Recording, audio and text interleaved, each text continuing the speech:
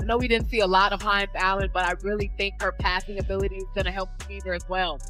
And that one gets to rattle in from Passat. Every general manager across the league was locked in on the Indiana Fever preseason tape, and many of them came away focused on the same name, Justine Pissett.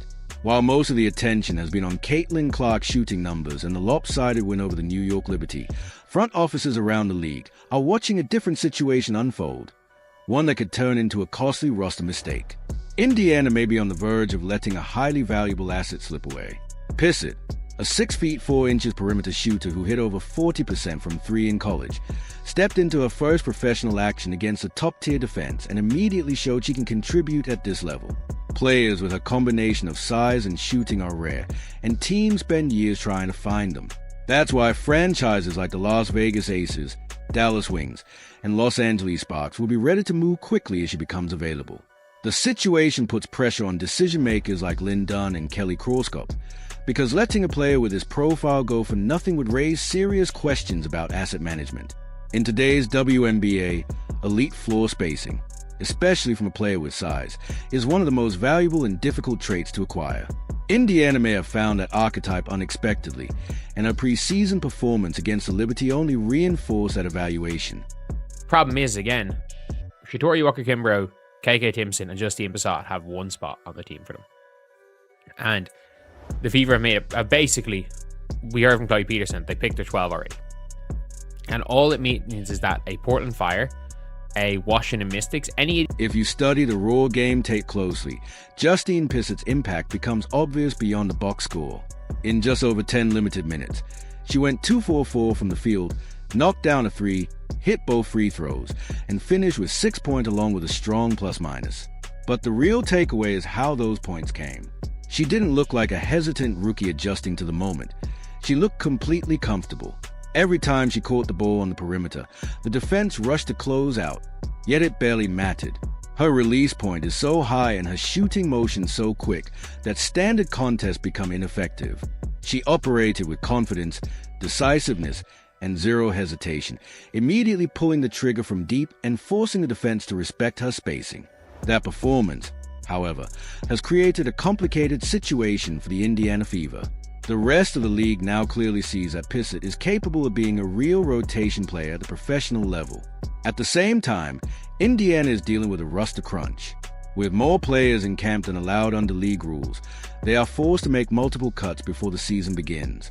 That means several talented players will inevitably be released, and Pissett is now firmly in that conversation, not because of her performance, but because of roster limits and salary cap constraints.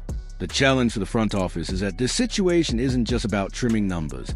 It's directly tied to how the roster was constructed during free agency, creating pressure to make decisions that could have long-term consequences. the ball gets inbound to Kiana Traylor. They run a soft trap on Kiana Traylor on the inbound. The ball gets thrown back to her to take the ball up. She dribbles the ball up, sees Hanju guarding her, goes into out dribble, gets a step on her going left, and is... Here's where the financial picture gets complicated for the Indiana Fever. The organization has already committed significant money across its veteran core, Kelsey Mitchell on a high-value deal, Aliyah Boston on a major long-term extension, and additional guaranteed contracts for players like Sophie Cunningham, Monique Billings, and Maisha Hines-Allen, along with other roster commitments.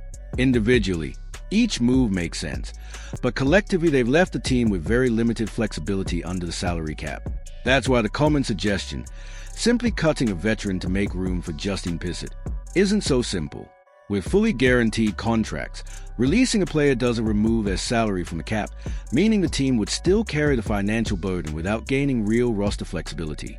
As a result, the final roster decisions are coming down to direct competition between players fighting for limited spots. One of the key battles appears to involve Pissett and Mikayla Timpson. Timpson brings physicality and rebounding, but is still developing offensively, while Pissett offers size on the wing, stronger perimeter skills, and high-level shooting, one of the most valuable traits in today's game. The challenge for the front office is balancing immediate physical needs versus long-term upside and spacing. There's also the added risk that if Indiana tries to move Pissett into a developmental or unprotected spot, other teams around the league could quickly step in and claim her, turning a roster squeeze into a potential talent loss. So you look at the Mercury team. Who's going to make the Mercury squad? Copper, 1. Mac, 2. Cole McCanny, 3. Kat Westbeld, 4. Ayayi, 5. Bonner, 6. AT, 7. Whitcomb, 8. They have 4 spots to go for, and all of these are undrafted rookies. You have to understand exactly how the WNBA developmental contract system works, because it creates a serious roster risk for the Indiana Fever. A developmental slot is essentially unprotected. Players on that type of deal receive a small weekly stipend, but they are not secured long-term. If a player like Justine Pissett is placed in that category, any other team in the league can sign her to a standard contract at any moment, and Indiana would have no right to match or refuse. She would simply leave and join the new team immediately. That creates a major strategic vulnerability, because rival franchises are always looking for undervalued talent.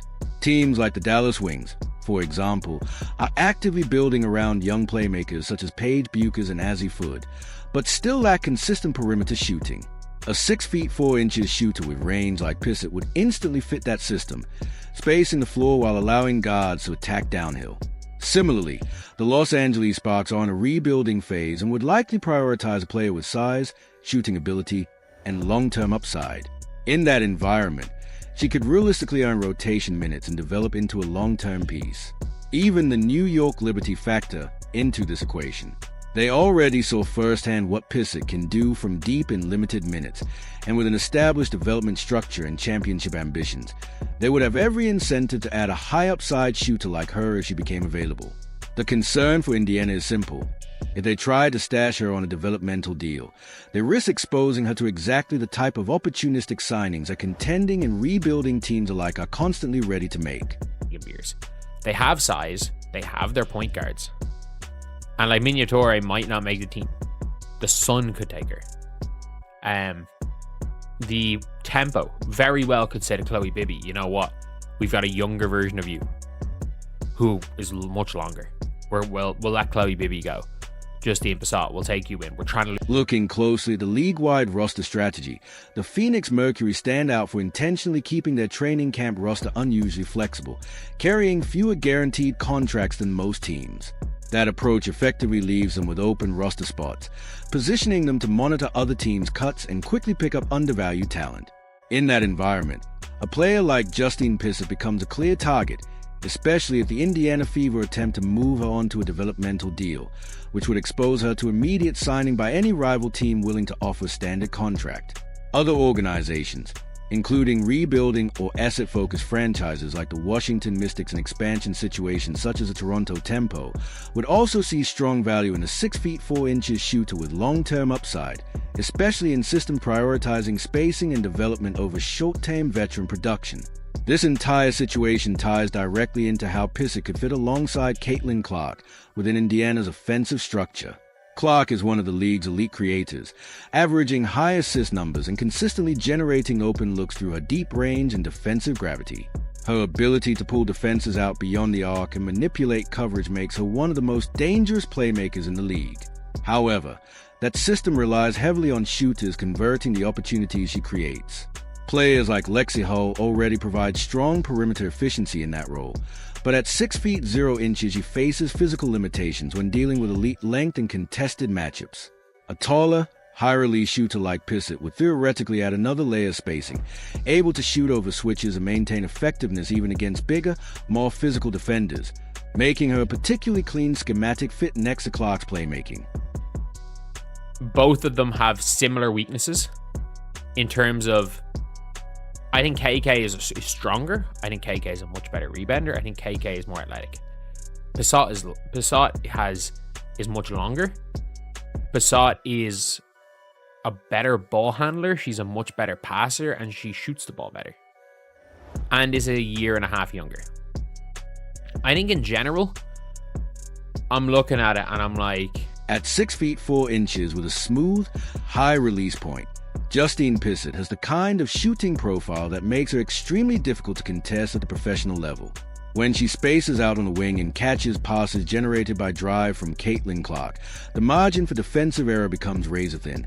Any slightly late closeout turns into an automatic made shot. Even when defenders tried to switch smaller guards onto her, her height and release angle allow her to shoot cleanly over contests, creating a mismatch that is difficult to neutralize. That combination of size and shooting is exactly the type of spacing weapon Indiana values around Clark, and the concern is that the Indiana Fever may not fully retain the asset despite its potential impact.